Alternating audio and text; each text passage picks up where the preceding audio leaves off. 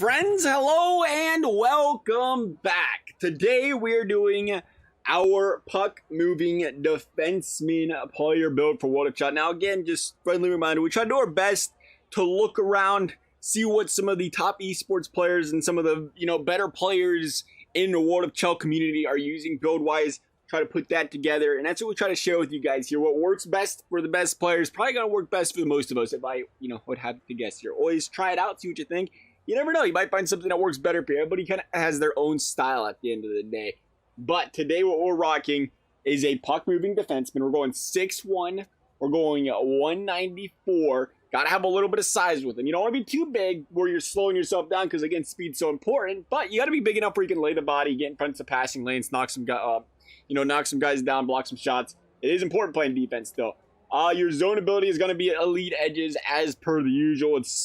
You got to have that exceptional maneuverability, turn tight corners, retain speed. Speed is so important in this game. And again, we're seeing that with the reason we have to have elite edges as the zone ability. All right, moving over to our superstar abilities.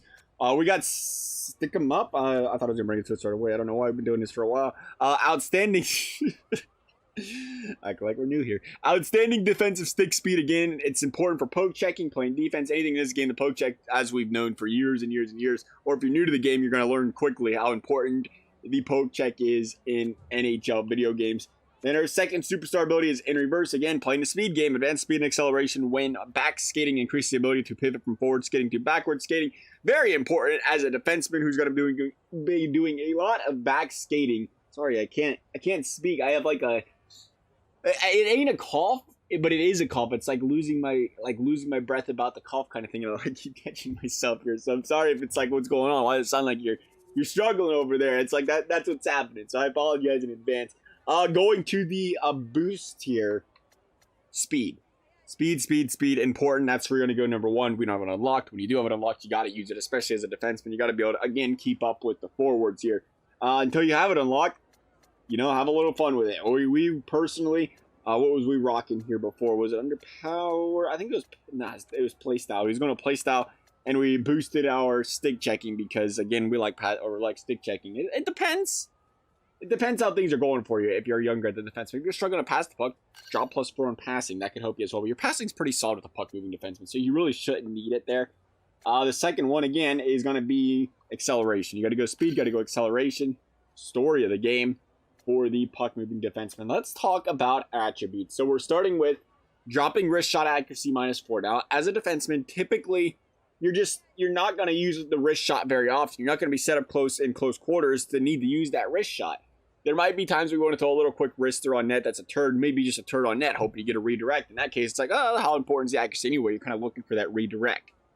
Slap shot power or slap shot accuracy, a little bit more important, so we didn't mess with that. We left it at the 82. Again, you're only going to get so much accuracy at the end of the day with attribute. The attributes just ain't high enough. When you're that far away from the net, it's going to be tough regardless. I mean, you could +5 this, or you can't because you're going to be killing yourself on other categories. But I mean, if you +5, it maybe be a little better. But I just don't think +2, -2, you're not going to see a big difference there with the accuracy, not from that far away.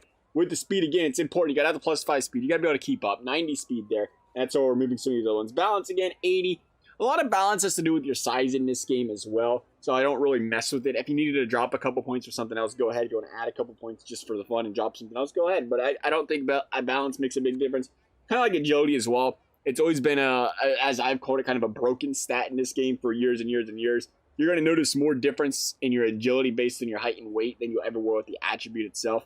And, adding elite edges and stuff like that to make a big difference too. Going to the power. Wrist shot power, again, -3. Slap shot power, we'll leave it at an 80. Kind of want to knock it up a little bit higher. I'm be honest. I'm thinking about it. You know what? We're gonna. That's why we didn't do it. I want to drop it 2 for 1. Yeah, we can do it 2 for. Yeah, we can do that. We can do that just a little bit, just to feel sparkly. Yeah. We're gonna do that for a good time. It doesn't. Again, it's not a big difference. That's why it's kind of like, oh, we could do that if we needed to. I was looking at the attribute points after we built. I was like, oh, nah, we could do that. But again, it's like that +1, +2. You're not gonna notice a huge difference there, especially from that far out. But we'll do it just for a good time. The acceleration's got to be a +5. Again, it's important. You got to be fast.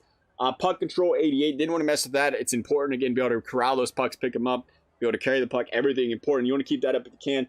Endurance, we dropped the endurance because you're going to be skating backwards a lot as a defenseman. You're going to be standing at the point a lot as a defenseman, so you're not really going to burn that endurance like a forward would. So it's not a big deal if you drop it too much there. Play style, again, 87 passing. I thought the passing was pretty friendly in this, and you're going to need it. You got to get the pass up. You want to try to get it up quickly if you can. So as a defenseman in general, just getting a pass up or being able to, maneuver and move the puck around, that's kind of your job besides playing defense. Offensive awareness, -3. Again, it's one of those things where it's like, I don't think it matters. This isn't computers, it's humans, so I don't think you're going to notice a big difference there. You're kind of in charge of positioning yourself, which is a lot of offensive awareness, and you're not really in front of the net where you're going to be stick battling too often, very rarely, so it's not too big of a deal for you. Body checking, -2. Again, as long as you're not dropping this a lot, we kind of dropped it to make room for our defensive awareness being bumped up a little bit, but again, as long as it's not like substantially dropped to substantially higher, a lot of it's got to do with just your ability to hit a player and your skill set alone. Body checking is not as big of a deal. As long as you're a big enough player, you're going to knock them out the puck. You just have to make sure you're not spamming the body check or forcing anything there. Stick checking, again, important. Love to have it, but we already have the +4 there. It's an 86. And then the defensive awareness, again, so important to be able to pick up those pucks in the passing lanes, whether they're coming down the ice, whether you're in the one-timer zone in front of the goalie. Got to have that defensive awareness up to help that. Tenacity, hand-eye, a +3. Again, hand-eye, corralling the pucks, your deflection skills in front of the net, but handling the passes is also so important, especially as a defenseman. You got to be able to handle them passes. You mishandle a pass to a defenseman, it's a breakaway the other way. So it's important to have the hand-eye being solid there. Strength, -1. We did durability, -5. Again, I don't think you're going to take a lot of shots as a defenseman where it's going to be like you're going to get killed and you're going to get hurt, so it's fine to drop that. And then shot blocking. Figure we'd drop it up 1 just for a good time. Again, defensive ability there, or defensive attribute. Moving to 2, tactics. Deking, we didn't mess with it. You could drop it if you wanted. I thought, you know what, no, as a defenseman, it seems like, just worry about defense and stuff, but again, it's like, if you're on a team that involves the defenseman, you do have to be able to maneuver. You have to be able to get around guys and move the puck around and stuff. So deking's still important if you use the toe drags and stuff to get around players. Face-offs, on the other hand, you ain't never played center. If you are, something's going wrong. So we dropped the -5 there. Fighting skill, again, don't really care, -5. So I'll push the discipline up +4. I thought discipline, you're going to be poke checking a lot. You're going to be stick checking a lot. If discipline helps at all in this game, just a little bit, it'd be nice to have as a defenseman. So that is our build. You guys can go and try it out. See what you guys think. Hope you guys enjoyed this video. Thank you guys for watching. We'll see you next time.